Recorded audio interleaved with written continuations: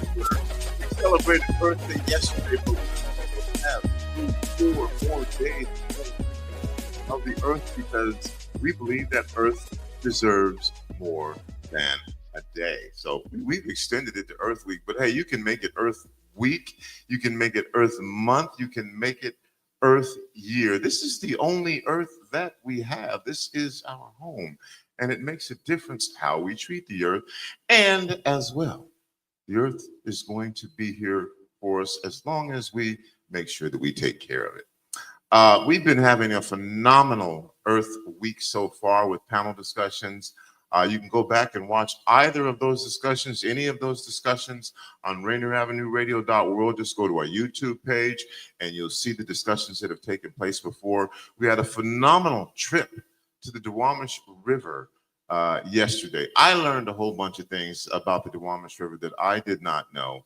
And I think that you will love to get this information. If you don't have all of the information already, this is the great place to get that information. And then we came back here and we saw an amazing performance by Alicia Mulligan. She did an indigenous Chicana dance that was just hundreds of years old that spoke to the relationship with the earth. So there's just a lot of different things going on here. We have Youth Night coming up tomorrow. And then on Friday, we've got our panel with elected officials, including City of Seattle Mayor Bruce Harrell, City of Bremerton Mayor Greg Wheeler, Seattle City Council President Sarah Nelson, and then we've got representatives from Yakima, Spokane, and Vancouver and Ellensburg as well, who will be joining us. As you know, the air doesn't know the boundaries. How do our officials, our elected officials, work together to ensure that everybody's on the same page and doing what they're doing? Interestingly enough, I had this conversation yesterday with someone from King County Waste at the Duwamish, where there is the City of Seattle, and there's King County, and yeah, just a bunch of things to have to deal with. So welcome. We are here this morning for a vital discussion, the intersection of park access and environmental justice in King County. Access to parks and a healthy environment are fundamental to the well-being of our communities. This panel will explore the current landscape of park accessibility across King County and delve into the critical issue of environmental justice, ensuring that all communities, regardless of their demographics, have equitable access to green spaces and are not disproportionately burdened by environmental hazards. Understanding the challenges and identifying pathways towards a more equitable and sustainable future for all residents is paramount. To guide this important conversation, we have two distinguished leaders with us. Please join me in welcoming the Director of the Department of Natural Resources and Parks, John Taylor, and then also the Director of King County Parks, Warren Jimenez. Gentlemen, thank you for being here. Let's try on those mics and see how you doing, John. Really good to be here. Yeah, thanks for the opportunity. Oh boy, okay.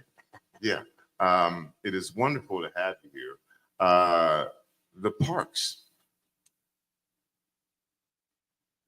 I feel, have a responsibility of balancing out what we've got going on here. Over the last couple of days, what I have heard, and this may be common news, may not be common news, is that Black, brown folks, people who are poor, are having a harder time with this whole environmental justice thing. If you're Black, from what I understand, you in general breathe 2 times worse air than someone who is white. If you are Hispanic, you breathe 3 times worse air than someone who is white. Now, I'm not saying that that's racism. I'm just saying that that is what it is. And so hopefully the parks is a place where folks can go and kind of remediate this problem. So I guess the first thing that I want to ask you before we get started is for both of you in your positions, and I don't mean this in any kind of negative way, but what is that accountability and what does that look like to you personally in the positions that you're in as directors of these things? And John, I'll start with you. What is that? Does that personally, you took this job, what does that personally look like or mean like or feel to you? Thanks for asking that question. I'm not sure that you're. Maybe I'll get closer.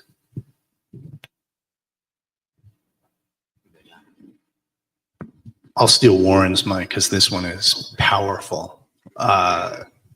So thanks for asking that question. I think that I came into this position from working for another department in King County called the Department of Local Services, where our real focus was on empowering community, giving community a voice, and centering ourselves in the county's commitment to race equity and social justice. And I think that has always been one of the major underpinnings of everything we do in the county, is trying to make sure that what we're doing is strengthening communities, making them have more power, more voice, and responding to those long-standing historical inequities that exist in the county. It's a big county by people, 2.3 million people. Big county by geography, as big as the state of Rhode Island. If you have an East Coast sensibility, or that geography means something to you, it really runs all the way from the Sound to the crest of the Cascades, and a very diverse community. We have a number of different policies that we operate under that drive our thinking around that. So the Strategic Climate Action Plan, which has major themes that run through it around equity and making sure that where we're making investments, we're trying to attenuate those impacts of climate change, particularly on communities that have historically been most affected. Land Conservation Initiative, where we've made major investments in green space in some of the parts of the county that are most urbanized and where we've seen the least investment historically. So think about communities like Skyway, White Center, where we've bought a lot of open space over the last couple of years and tried to strengthen that greening of it, creating more cooling for folks, creating more open space, more access to recreation for folks. And we're a big department. We're 4 divisions. We run the wastewater treatment division, so we treat all of the sewage for everyone in King County. The solid waste division, which manages all the garbage that's generated within the county except for the city of Seattle. The Parks Division, which is a massive enterprise, 205 different facilities, several hundred miles of regional trails, 32,000 acres of open space throughout the system. And then we have a bunch of scientists who run our stormwater utility and do applied science, are doing salmon recovery. Much of the things you saw down on the Duwamish yesterday, we've done in concert with the city of Seattle, a lot of the restoration work there, in a community that's been historically underserved, trying to create more open space. And all of that is calibrated to make this county of 2.3 million people sustainable over time. Mm-hmm. When you think about this county, it's highly dense, massive amount of people in the center of it, and then a lot of green space. We're very lucky to have sustainable green space all around us, and that's because of policy decisions that have been made by our authorizing environment, by the county executive, the county council, and then implemented by Department of Natural Resources and Parks. We're going to buy probably another 65,000 acres of open space over the next 20 years, trying to keep that area around the urban core green and sustainable, and make investments in the urban areas to make them more sustainable, with the long-term vision of having people be able to live here with the lightest possible footprint on the environment. So think about a city where you have salmon runs running right through the middle of a community like Skyway. You could have Taylor Creek, which has some salmon in it now, be thriving in 20 years or 30 years, where it's operating ecologically the way it was before people arrived here, before white people arrived here, before settlers arrived here. That's the goal. And that benefits everyone in the county, but it particularly benefits the communities where those assets reside. That's the long-term vision. And we're trying to make those investments in some of those communities that have really been disadvantaged historically. And I certainly appreciate that. And we're going to give you the opportunity to delve further into what you do and what the responsibilities are. This was just kind of a personal question. You know, and Warren, I'd like you to answer that, and I'm going to give you the opportunity. Well, you have to keep your microphone for a second. I want you to kind of answer that. You took this job. What kind of personal accountability do you feel that you have? This is the job for me. This is why I feel this important. Maybe it's the things that I was talking about before about inequities based off of race or class. But for you, why did you take this job with personal accountability? And we're going to talk about a lot of the things that you do, but just for you personally. Yeah, I came to this region from the East Coast and yeah, sure. And saw a lot of, the mistakes we made on the East Coast ecologically. I also came to this region and right away was put into a position where I was working in a lot of communities throughout King County, but particularly some of the more disadvantaged communities, working with community. And what I experienced was, I'll never forget being at a public meeting and having someone come up to me and go, your people come here, meaning our staff, and they just explain away what we're telling them. And I became really committed that we were going to change that we were going to actively listen to community. And in my last position with the Department of Local Services, which is basically working in all of unincorporated King County, I spent much of my time in Skyway and Light Center. And folks there really just felt like the county didn't care about them anymore. And I was really committed to changing that. I believe in public service, but I also believe that everybody has the right to feel like their government represents them and that they're heard. And so we did a lot of work there on things like participatory budgeting, on giving people voice and engaging the community in ways that worked for them. Bringing people who had different language skills so we could actually understand what community was saying to us, engaging with them at times of day and in ways that made sense for the community, not for county bureaucrats. I just really believe in that. I don't think we're an effective government if we're not listening to people and if we're not listening to the people who historically just haven't been listened to. So that's a real touchstone for me. Okay. And Warren, same question for you. And like I said, we're going to have the opportunity to get really in the weeds on some stuff here. But I just want you to take this opportunity to connect with us who live here. You're in a pretty important position, as I said before. Why is it important for you personally? Do you feel accountable personally? Why did you take this job? Why, or how do you look at the position that you're in?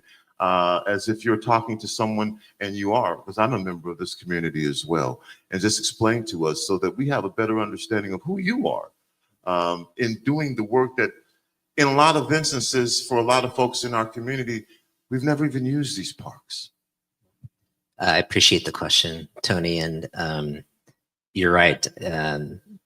It's a privilege to have a position like this and to be able to feel that being part of a team that contributes to delivering on a mission that many people connect with.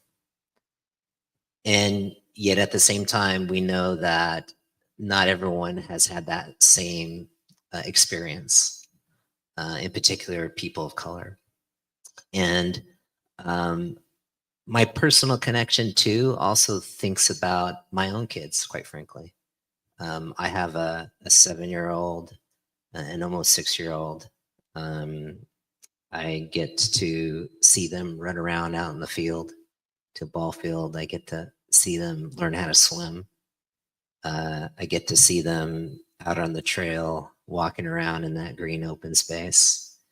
And in many ways, we're very fortunate to be able to have those experiences, knowing that not everyone does get those access to those experiences.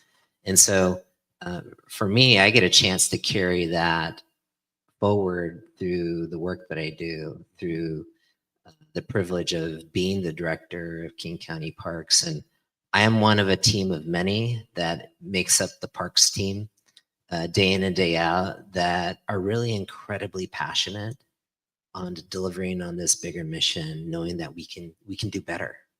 And I just appreciate the chance to have a forum to talk about not only, you know, some of the things that we're working on, obviously together and stuff, but also to be good listeners and to hear from those community voices, to learn how we can further our work, to learn how we can be better in delivering on our parks mission. Cool. These are a couple of folks who are in charge of parks. They're here today. I appreciate it. And just wanted to kind of get to know you a little bit. You know, of course, we got a lot to talk about. Let's start off with this.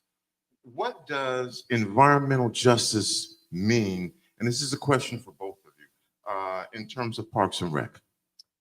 Yeah, I mean, for me, I think it's no matter where you live, no matter what language you speak, no matter what income you have, everyone deserves access to that healthy green space, that vibrant green space. And it's about not only that access to green space, but I think of having access to clean air and clean water. In our parks and playgrounds and trails, we don't do that in isolation. It's really part of our community, part of what makes us vibrant as a community, having those parks and trails. And everyone thinks of having access to those green spaces naturally for those physical benefits to green space that we've seen. But we also have seen, especially through some studies, how important green space and having that access is for our mental health. And so being able to have those benefits tell and having access to that. Tell me a little bit about those studies that you're talking about so we can share this information. So yeah. Here there are studies, and again, these are spaces that from what I've seen and from what I've heard, that are underused by certain members of our community. Why is that important? What do these studies show? Yeah, I think one thing that we saw right through COVID is how important those outlets were for people. And we also know that not every community may not have that equitable access to that green space. And we're using these words, and I'm sorry for interrupting you, but a lot of times we use these $30,000 words like equitable access. Yeah. And that doesn't necessarily resonate, you know what I mean, with folks on the ground level. And I get it, I understand it. So that's just why I'm trying to get answers that we can all feel comfortable with, and using this term, equitable access. And that means different things to different people. And to some people, they're like, what the hell does that mean? Fair point. You know what I'm yeah. saying? Oh, yeah. Fair point. And so that could be transportation, you know, to get to and from. Anyway, go ahead. I'm jumping in on your thing. No, it's a fair point. And you know, how we look at equitable access is if I'm living in an urban environment, do I have the ability to quickly get access to that park? Am I within a 5 or 10 minute walk of that park or trail? If I'm in the outer environments, you know, am I sort of within a certain proximity to that park? And it's not just proximity as well. It's feeling like I am included, feeling safe to be able to be in that space.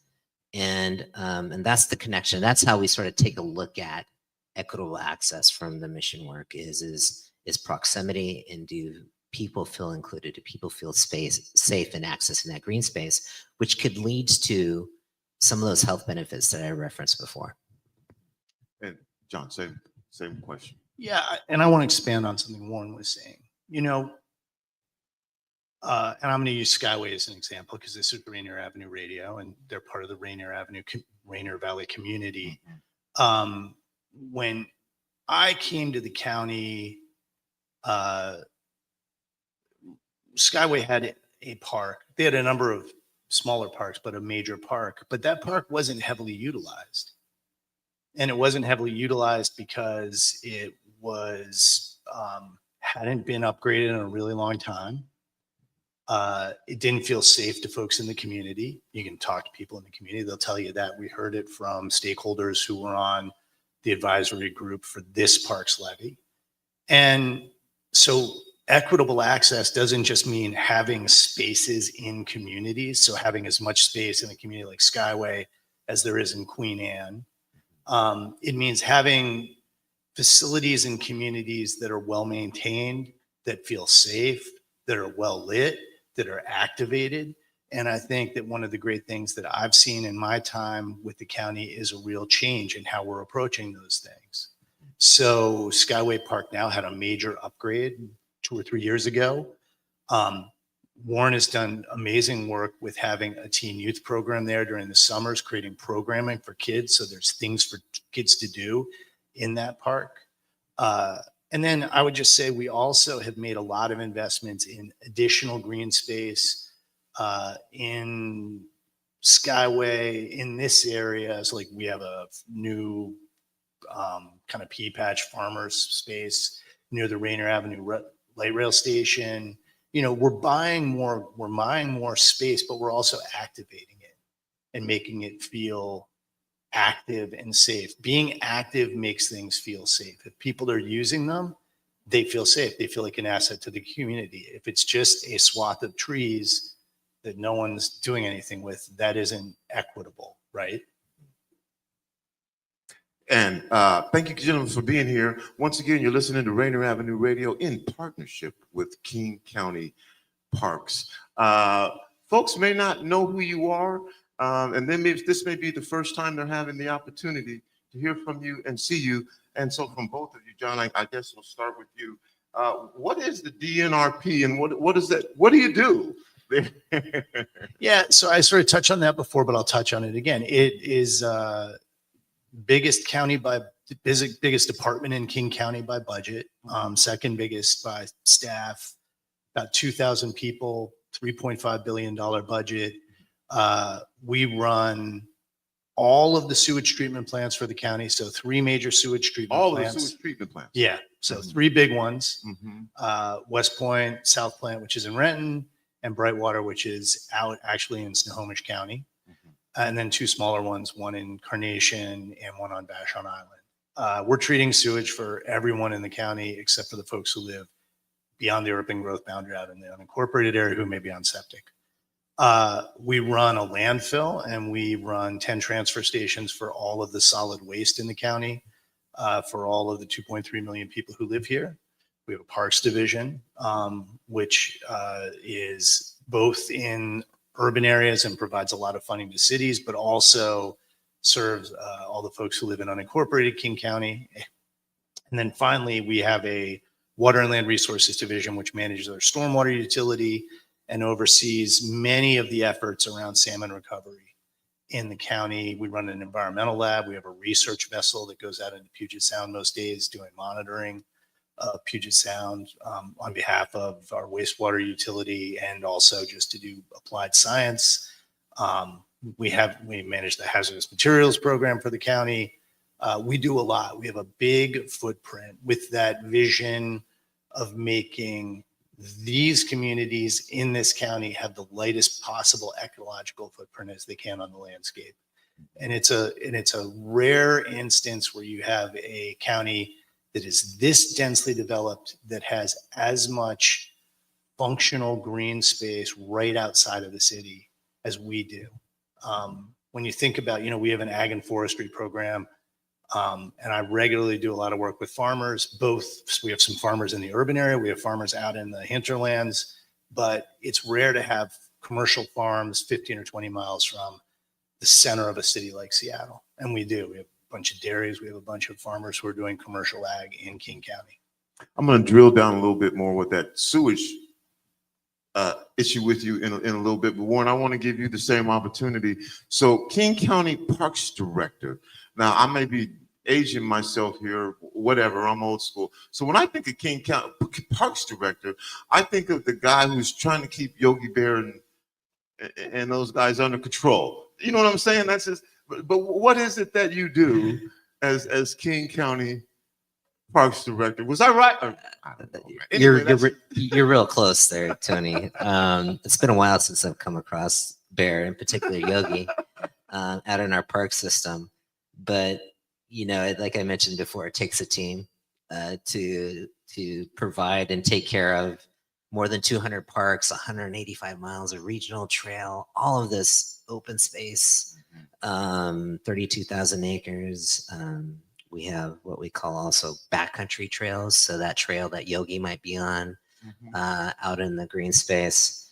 We have facilities like the King County Aquatic Center down in Federal Way that provides not only recreational swim programming, but an event center for competition swim meets and diving, all the way up to Marymore Park to Skyway Park that John had mentioned. Also in White Center, we have Steve Cox Memorial Park there, and so it's certainly a park system of size. And as the director, I get to play that part in helping take care of it, supporting our team to take care of that space, be responsive to the community. And we certainly don't do this alone.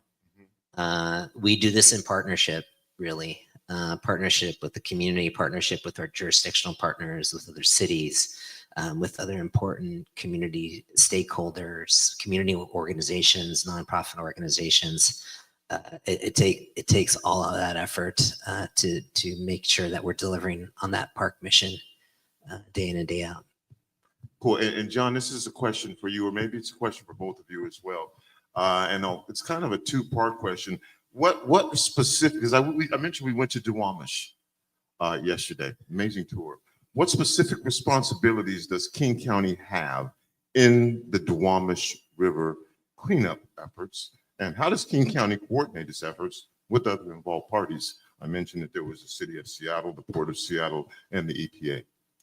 Yeah, that's a great question. So we are one of a number of parties, Port, City of Seattle, Boeing, who are engaged in. That was one I forgot. Yeah, who are engaged in the cleanup of the Duwamish River. So the Duwamish River, for folks who don't know, is a Superfund site.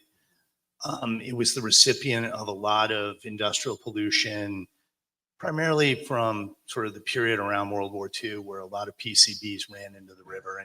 And I know I'm stopping you here for a second, but I found out something that I did not know. And I think I'm correct here, is that when stormwater levels rise or whatever, our South Seattle, the stuff that I flushed down my toilet, the stuff from my kitchen goes to the Duwamish. I didn't know that. I think I heard that correctly. You did hear that correctly. And I did not know that was part of, no, I mean, I don't know what. Anyway, that's why I'm kind of asking this question. So there are sort of two federal forces that are at play here. One is we're required to clean up the Duwamish River, all the responsible parties. The other is King County and the city of Seattle have what are called combined sewer overflows, which is what you're referring to. When the system was designed many, many years ago, before people really thought about the ecological impacts of wastewater and stormwater, they combined those two things in the same pipes. And when you have big storms, it charges that system with so much water that it can't handle it. And it is designed to overflow into whatever body of water is nearby. Some of that is the Duwamish, some of it is Lake Washington, and some of it is Puget Sound. We are under a consent decree with the EPA and Department of Ecology for the state to stop that from happening and reduce it to one occurrence on average per year per outfall. And in Georgetown, there's a facility that was built to do that, which people are probably unaware of. It's in kind of an obtrusive industrial looking building. But during big storm events, that will treat all of that water and then discharge it in a clean way to the Duwamish in Georgetown. Okay. And we're embarking on building another one of those at the mouth of the Duwamish in Soto. But we're responsible for cleaning up the Duwamish and that historical residue that's there at the bottom of the river. And that work started this year. So we had contractors out in the fall until the fish window closed. We can't work when there are salmon in the river. So that's work stopped for the year. It'll resume again next year. But that's excavating fill out of the bottom of the river on barges and taking it away to a landfill. And then on top of that, we will put down clean material And we're also working to make sure that no more bad stuff come into the river. So we don't want to recontaminate it. Warren, did you want to, or is that John's area? I think that's, luckily for Warren, that's more my area. Thank you. But sorry, Tony, before I leave that, the other thing we're doing there is we're doing a lot of restoration work. So I don't know if you got to see some of the restoration sites that have been done between King County and Seattle, but we have bought historically industrial properties, completely reclaimed them, and created kind of estuary areas off channel where out-migrating juvenile salmon can swim in there and rest and feed and get fatter, and then continue their journey out into the ocean. And what we have found through research, that research branch that I talked about within DNRP, is that when salmon have the opportunity to do that and kind of recharge their batteries when they're juveniles and leaving, they have better probability of returning and spawning again. And so it's not only that cleaning up of the historical contamination, but it's actually restoring the environment in a way that makes it better habitat for birds, better habitat for wildlife, and way better habitat for salmon, which we also have a mission to restore those populations between ourselves, the federal government, the state government, other jurisdictions, and the tribes. The tribes have a strong interest in seeing salmon populations return. Yeah, and we're gonna get into open spaces and green spaces and stuff. But like I said, that trip to the Duwamish just really impacted me. So what is a Superfund site? You hear this term Superfund, and it sounds like really cool, you know. What is a Superfund site, and where does the money come from to be able to do this cleanup to the Duwamish River? So Superfund refers to a law that was passed in the 70s. It kind of in the wake of recognition that industrial activities across the United States had contaminated sites to a degree where they were creating public health hazards. I think people have heard of Love Canal. Love Canal is like one of the famous Superfund sites where they were just discharging toxic material into a river and into a neighborhood, and it contaminated the neighborhood, and people were getting cancer and dying. The funding for the cleanup comes from the parties who are deemed to be potentially responsible for the contamination. So in this case, the city of Seattle owned a lot of the land where the industrial activities were occurring. Boeing was building aircraft and bombers during World War II and was using a lot of practices that were common in World War II because there was war going on, where material that was toxic was sort of just running into the stormwater drains. King County and the city of Seattle own a lot of the stormwater drains, so we're responsible because of that. The port is a responsible party because they own a lot of the land. And then a lot of the industrial enterprises that were down there are potentially responsible parties, and they have also contributed cash to this, as has the federal government through the Department of Defense and some other folks. So we're talking hundreds of millions of dollars to clean this up. And it's being paid for by all the parties that over time were deemed to be responsible. And in a conversation that we were having on Monday, someone was listening from Louisiana, actually, and talked about this place called Cancer Alley. And so we talked about that a little bit. What types of waste and contaminants has King County identified as significant concerns in the Duwamish River? I am not a scientist, so I'm going to, the one I am most acutely aware of are PCBs, which were a very common industrial chemical before they were found to be cancerous. But there are probably other chemicals that were in there that were not great, and heavy metals. So, there's always a mix of stuff in stormwater outfalls. The beauty of what we're doing is it'll capture almost everything that's in there and get it to a level where you'll probably still be able to detect some things, but they'll be so low that it's deemed not to be a public health hazard once we're done. Okay.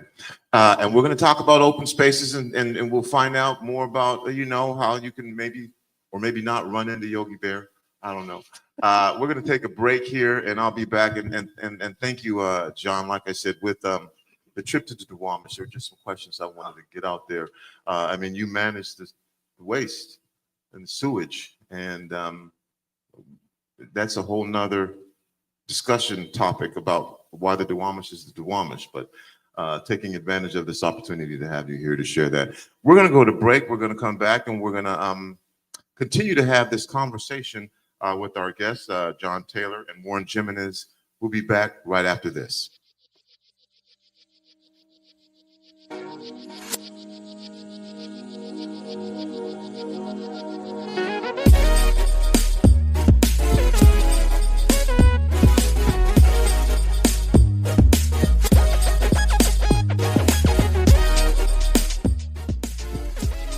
You are listening to Rainier Avenue Radio, your community radio station.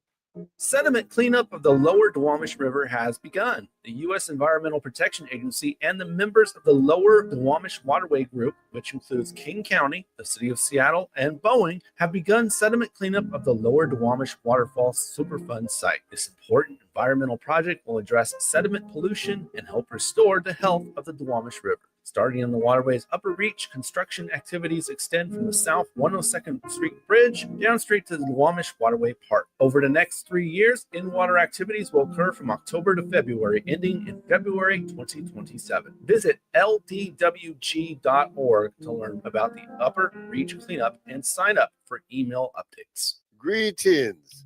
This is your host, DJ Neftali, Rainier Avenue Radio World. The best DJ in the Seattle area. You can catch me every Monday at 8 p.m. on YouTube. Like I said, this is DJ Neftali, the best reggae in Seattle, Washington, the best radio station, Rainier Avenue Radio World. Come on, right? Hey y'all, it's Traffic Jam with Kareem. Thursday at 4 p.m. Hey, Traffic Jam. Rainier Avenue Radio, download the app so you don't miss out what's popping on Crack with Shiny. It's your boy, Dream the Dream, on another beautiful week on here on Traffic Jam in Seattle. I hope you guys doing what you're supposed to be, being you're supposed to be. I got a good show for y'all, a lot to talk about. You know, Kareem the Dream, keep up with everything. Get your entertainment news with Kareem on the Traffic Jam, Thursday at 4 p.m. The Washington State Nonprofit Conference is the largest gathering of nonprofit professionals in the state. Visit nonprofitwa.org to learn more about this powerful gathering of leaders, employees, board members, and nonprofit supporters. You can join May 13th and May 14th in person, or May 16th in Spokane, or May 20th in Tacoma. With 30 workshops, 4 keynote sessions, and 4 distinct learning tracks, the Washington State Nonprofit Conference is an incredible opportunity to connect with experts and discover resources and strategies to drive positive change in your organization. Ready for action? Register today at nonprofitwa.org. Speak Up Seattle. We are Rainier Avenue Radio.world, the station that cares. Don't forget.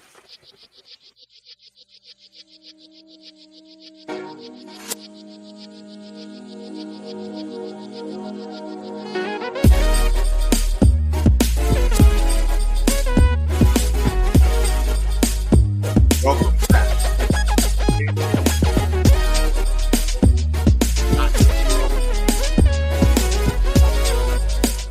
Bringing you Earth Deserves More. Involved with Saturday Highway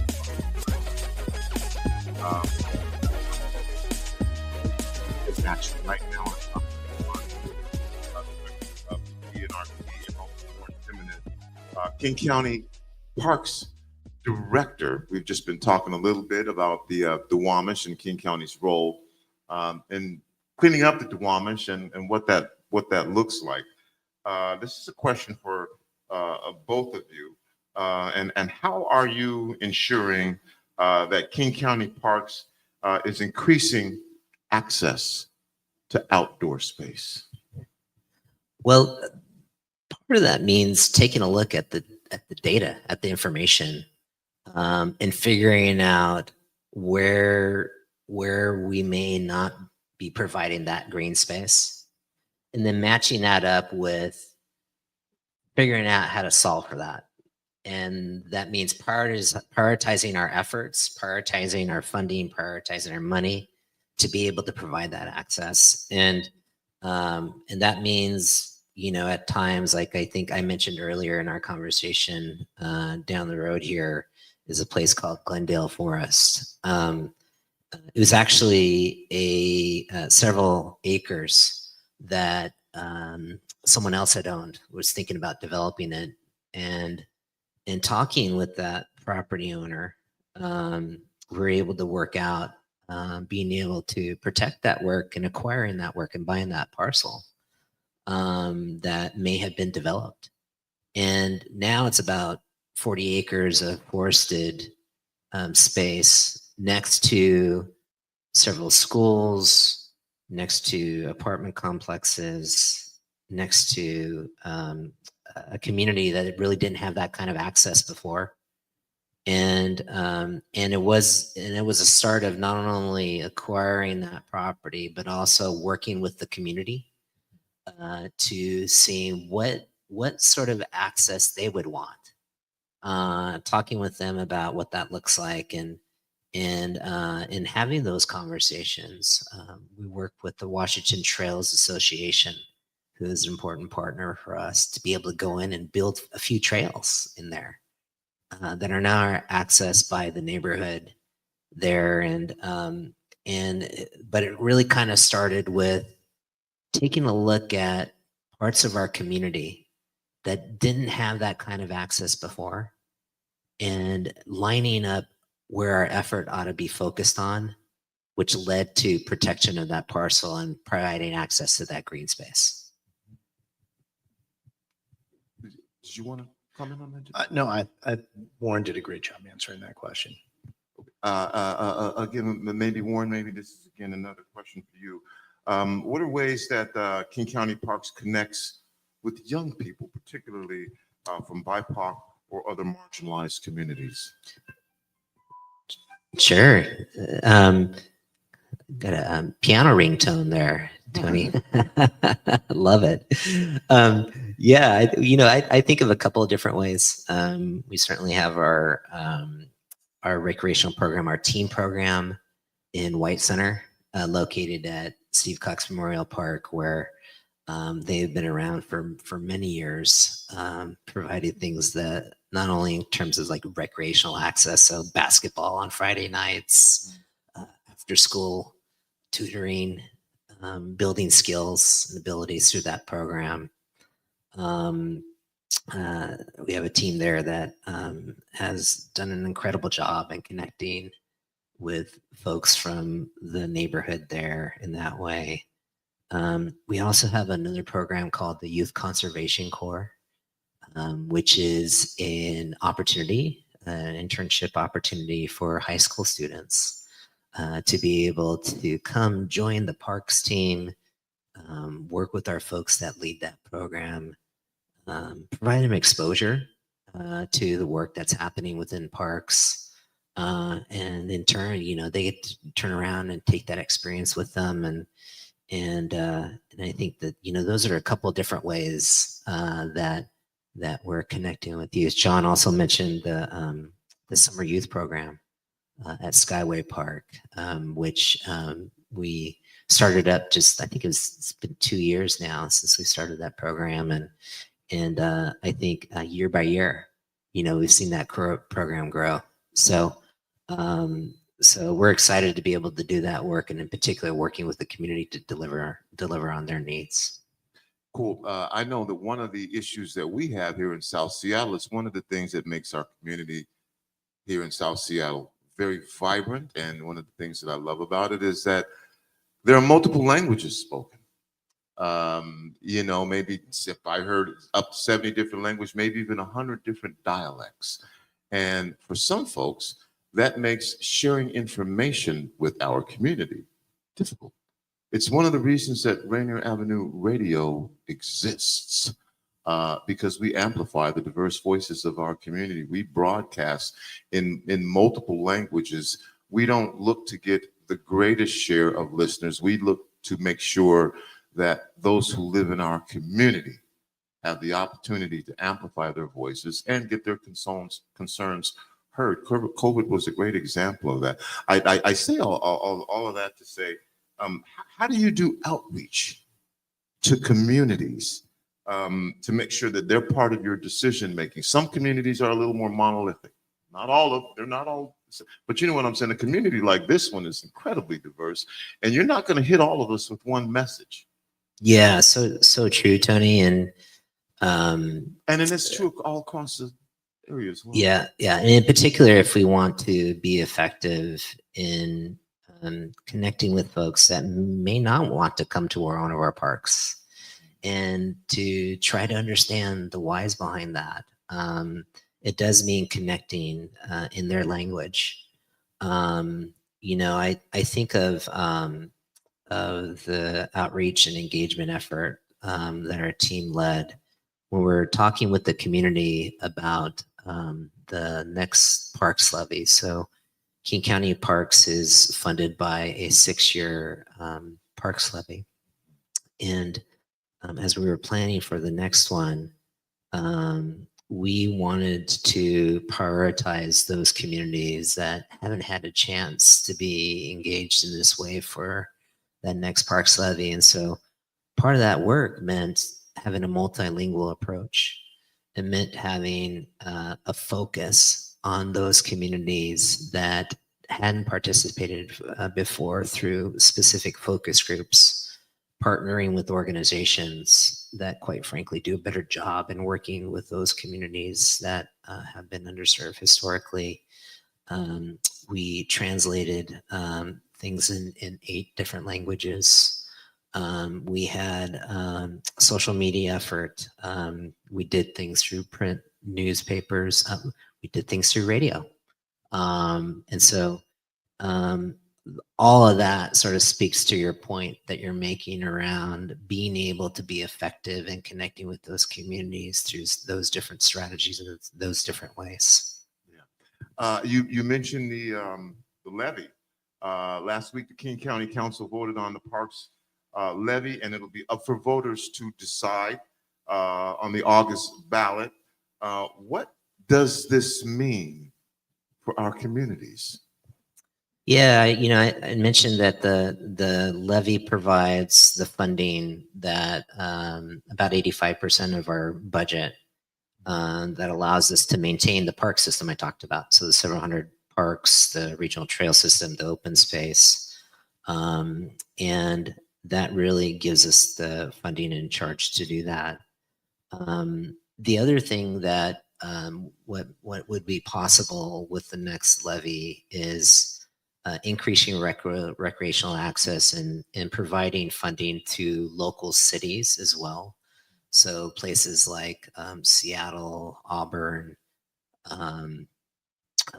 Redmond, North Bend would receive a portion of the funding to deliver on their own park needs. This levy has grant programming that helps us further our partnership work through not only those city jurisdictions, but nonprofit organizations who are out there providing that recreational access.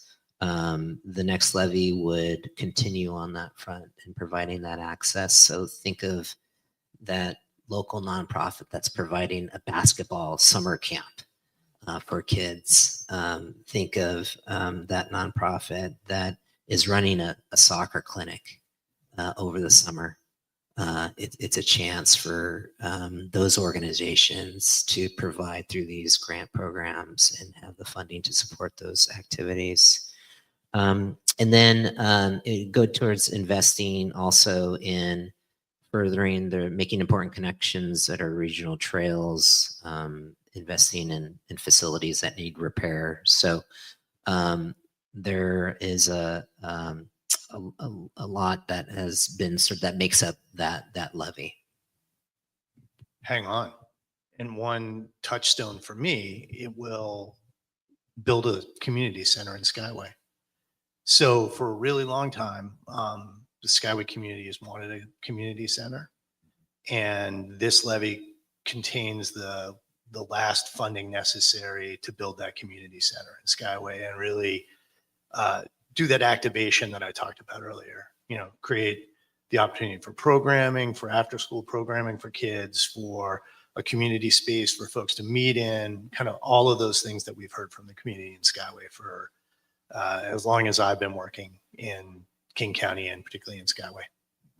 We are, you're listening to Rainier Avenue Radio .world in partnership with King County Parks. We are presenting Earth Deserves More Than a Day. My guest joining me right now are King County DNP Director John Taylor and also King County Parks Director Warren Jimenez. We're having this conversation right now about outreach. And Warren, I'll direct this to you. And John, if you want to chime in, you can. The languages that are spoken in South Seattle, if you were to rate them, from 1 to 10 on which language is spoken, it's different than King County, which is different than the state. And so, all of these differences in where people live and who people are, for someone who is saying, well, wait a minute, I want to advocate for my community. I want to actually take part in increasing the awareness in my community. What can they do to be engaged, be more involved? I remember I asked you what kind of outreach you did, but for folks who are saying, well, okay, well, I'm going to take it to the next level. What can they do to be more involved, to make their voices heard, to amplify their voices in these issues?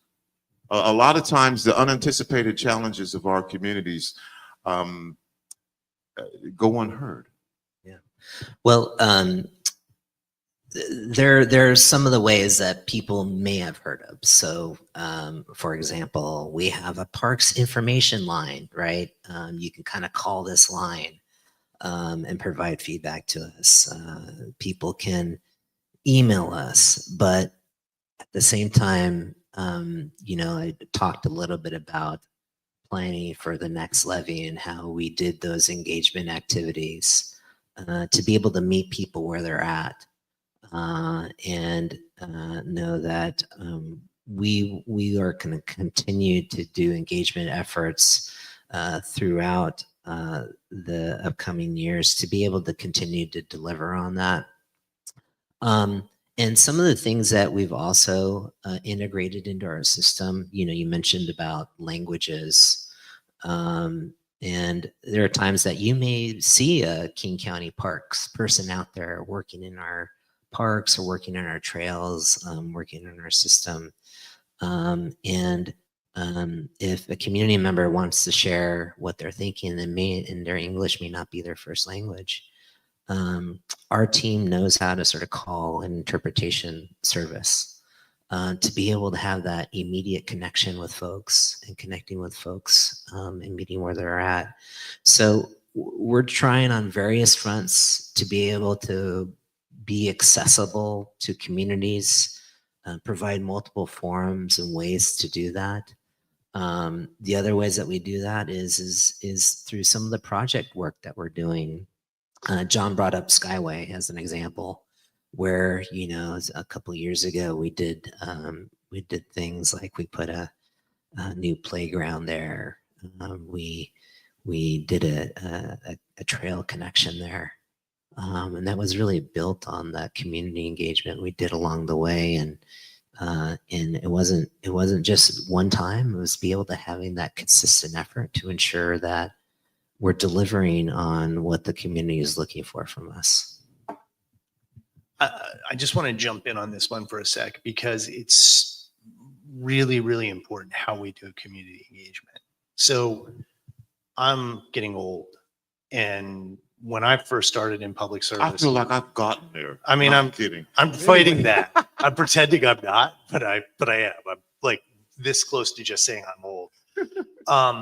When I first started doing this a long time ago, pull that up a little bit closer. A public meeting would be a plate of cookies, and they might have bought a jug of water and some cups, and there'd be someone in the front of a room talking to people, and it would always be at night, and it would always be very lightly attended because we probably didn't do a great job notifying the community that it was happening. And in my early career, I went to public meetings where no one from the public showed up, and it was just a bunch of bureaucrats.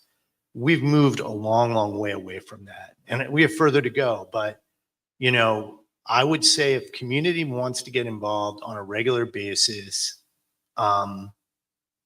in King County, not everywhere, but in King County, in urban King County, in Skyway, White Center, East Federal Way, East Renton, and Fairwood, there is an ongoing effort called participatory budgeting. Called what? Participatory budgeting. Oh, yeah, participatory budgeting. And the county has allocated money to community to decide how they want to spend.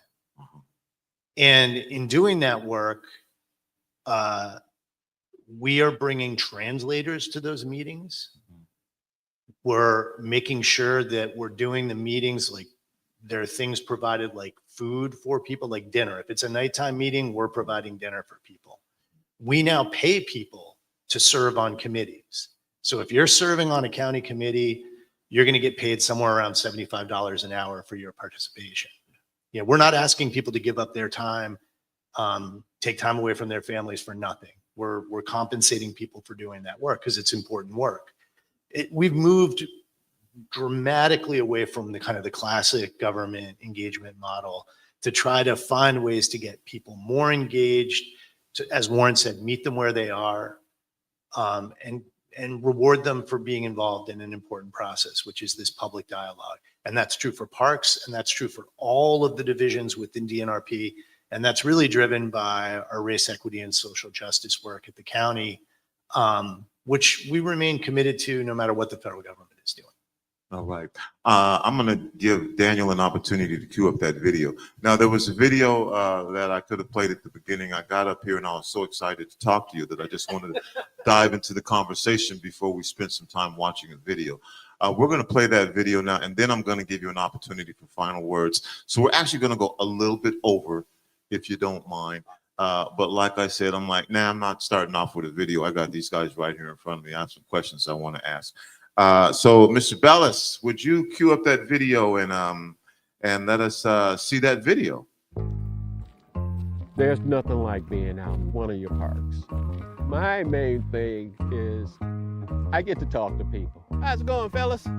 All right, good luck to you. How you doing, ma'am? Good, great. Well, we'll see you next time. It's also about constantly moving. I'm constantly doing something because, you know, I'm just a doer. We are entrusted to upkeep the places that people enjoy every day. 1, completely full. 2, 3. And this was a light weekend. We operate 7 days a week, but there wouldn't be people like me to do the work without the parks levy.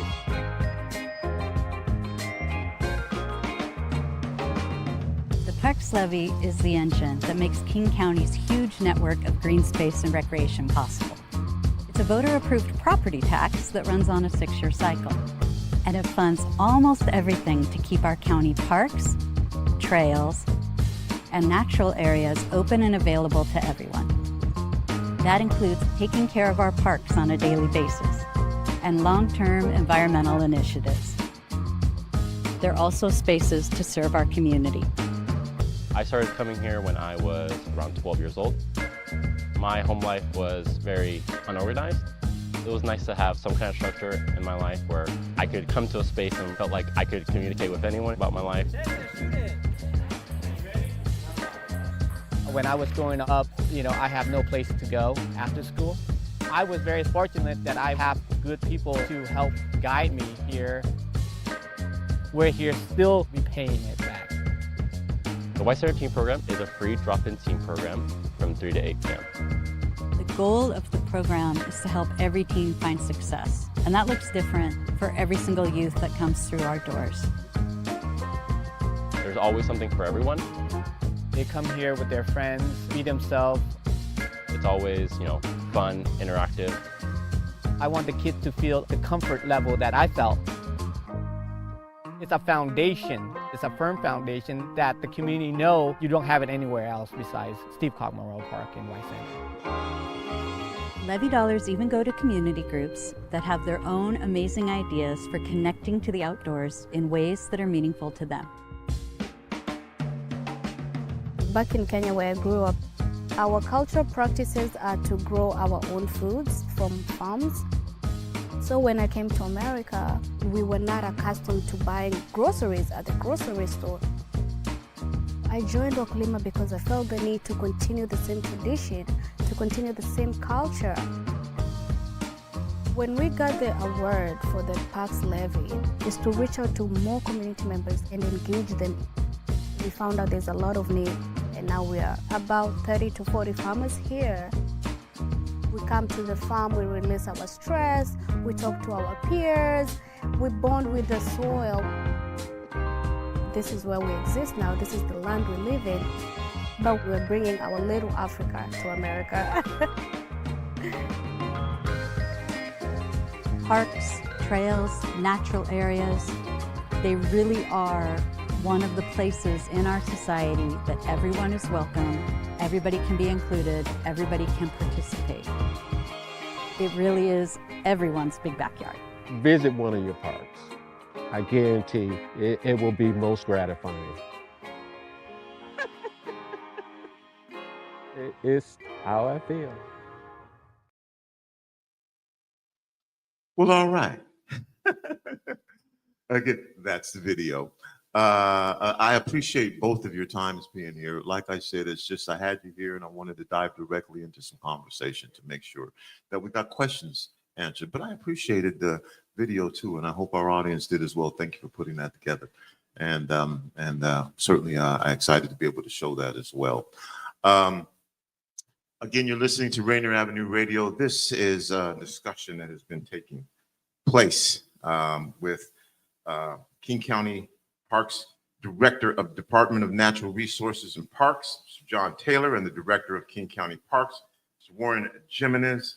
I certainly appreciate both of you taking your time to be here this morning and having this discussion with us.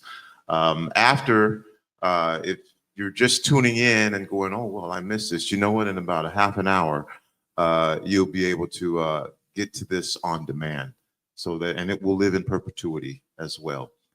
So folks can watch whenever at their convenience. But I do want to give y'all an opportunity for final words here.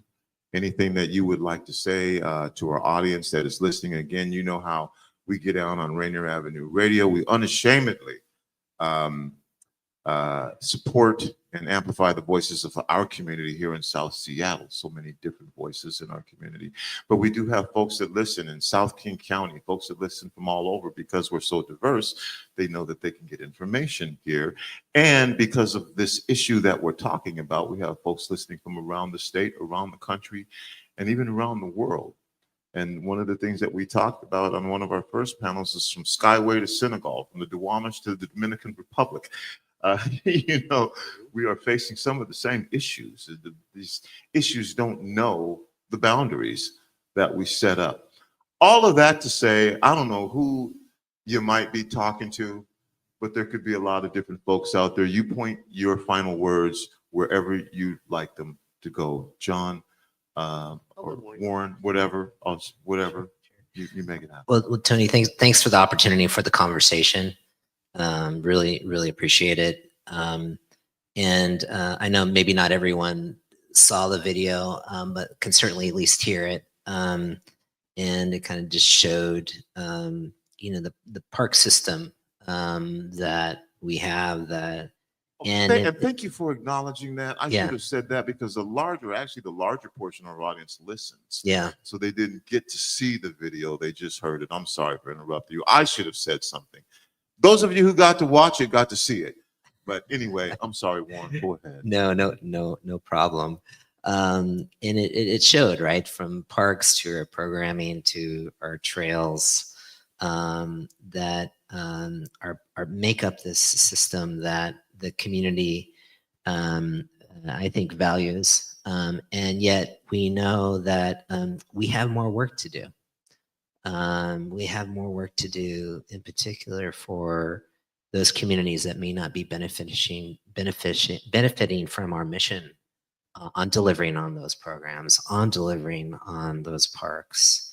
And so it's really important for us to have these kinds of conversations, to be able to be engaged and listen. And the other thing I think the video showed is, and I mentioned this time and again, is that, you know, I'm a part of a team that is part of the community that is passionate about the work that they do.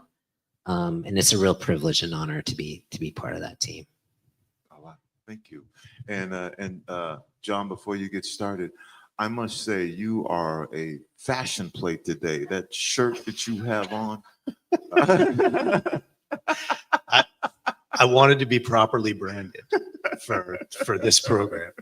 For the listeners at home, I'm wearing an Earth Week T-shirt over my office attire. Yeah. And, whatever you say in your final words, obviously you can say I was seriously impacted by that trip to the Duwamish. So as part of your final, whatever it is, and it's up to you, but I'd like to hear something about the future of the Duwamish as well in this final words for you. Yeah, I'm happy to do that. So when you think about this region, settlers came here in 1841. We're about 180 years into the settlement of this region, displacing of Native American tribes, and having a really profound impact on the landscape, including the Duwamish River. The Duwamish River, there are great recreations of what the Duwamish River looked like pre-settlement, and it was a kind of classic northwest braided river system with channels that ran all the way from kind of the edges of the valley from one end to the other. And we engineered that river heavily, turned it into a straight line all the way up through the Green River Valley, all the way up to the Howard Hansen Dam. And that has had a huge impact on salmon populations. It's had a huge impact on tribes. It's had a huge impact on the natural environment. And I think we live in a time when people can look at where we are nationally, where we are ecologically, and be very dispirited. I'm not. We know what we need to do to fix all of these problems. We have the technology to fix all of the ecological problems that confront us. And you have a group of people who work at the Department of Natural Resources and Parks who are committed to that work, to undoing the damage and making this a sustainable community where everyone can thrive. And that is the Parks Department creating all of these opportunities in open space. That is the people who are managing all of that sewage and trying to keep the water clean, managing garbage, and doing applied science in water and land resources, and managing that stormwater and trying to figure out strategies to make this place better. We had remarkable returns of kokanee salmon on Lake Sammamish this year because of applied science and things we're doing to restore that population. We can do that kind of work everywhere. It's Earth Week. People should not be downcast. People should be excited about the work that's in front of us because we know how to solve these problems. It's a question of applying resources and energy. And I'm very hopeful about the future of humanity and the earth if we can just get going in the right direction. And we know what that direction is and we know how to do it. And I believe that 50 years hence, you will look at the Duwamish River and see a thriving ecosystem that is much healthier than it is today and balances the needs of industry that are there and the people who live there, but also it can be a thriving ecosystem.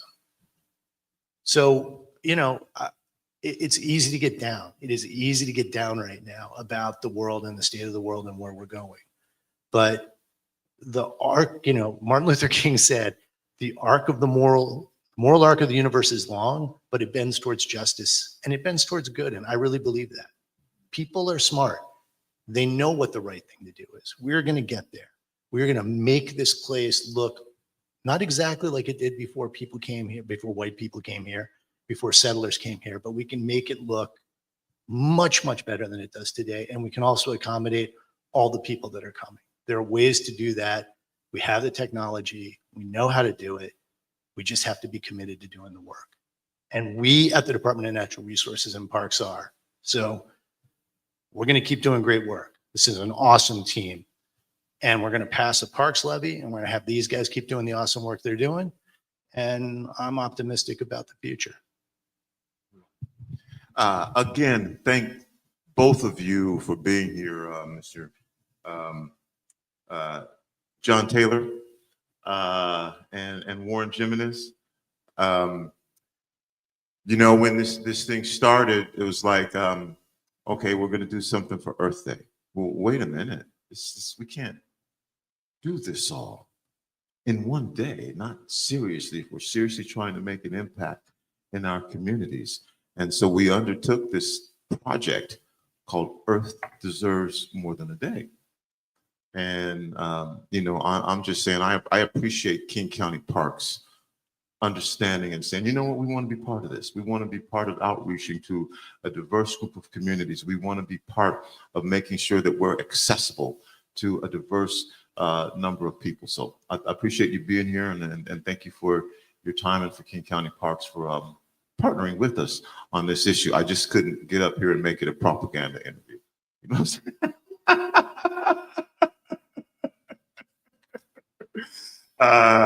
Again, this is Rainier Avenue Radio. I am Tony B, and we're going to be talking to you from the morning update. I want to remind you, if you enjoyed this, don't miss our Friday noon panel, where elected officials will discuss environmental justice, featuring Seattle Mayor Bruce Harrell, Bremerton Mayor Greg Wheeler, Seattle City Council President Sarah Nelson, and also representatives from Yakima, Spokane, Vancouver, Washington, and Ellensburg. Ultimately, at the end of the day, these are people who we get to hold accountable for these issues that we consider to be climate justice and environmental justice. If you follow Rainier Avenue Radio, you know that we hosted and broadcast a number of debates during the last electoral cycle. And to my knowledge, to my memory, I am surprised now that the issue of environmental justice did not come up larger in those debates, so that we could find out what the platforms were of our elected officials on something that's critical to everyone, and it impacts some of our communities, we know, more disparaging than it does to other communities. So whether you're listening from home or your car or your classroom, or we'll be continue to share stories, raising awareness, and most importantly, building action, because this is more than just programming. This is a movement. This is for the people, and this is why Earth deserves more than a day. We continue to have a powerful week ahead of you. Give us about 5 to 7 minutes, and then Lavira will be joining me on this stage. We'll be giving you the morning update, telling you about what's happened over the course of the past couple days, and telling you what we've got going on today and the rest of the week. So we'll be back in about 5 minutes. Thanks again to our guests, John Taylor and Warren Jimenez. Yeah, hang on. We'll be back in about 7 minutes. Thanks for joining us.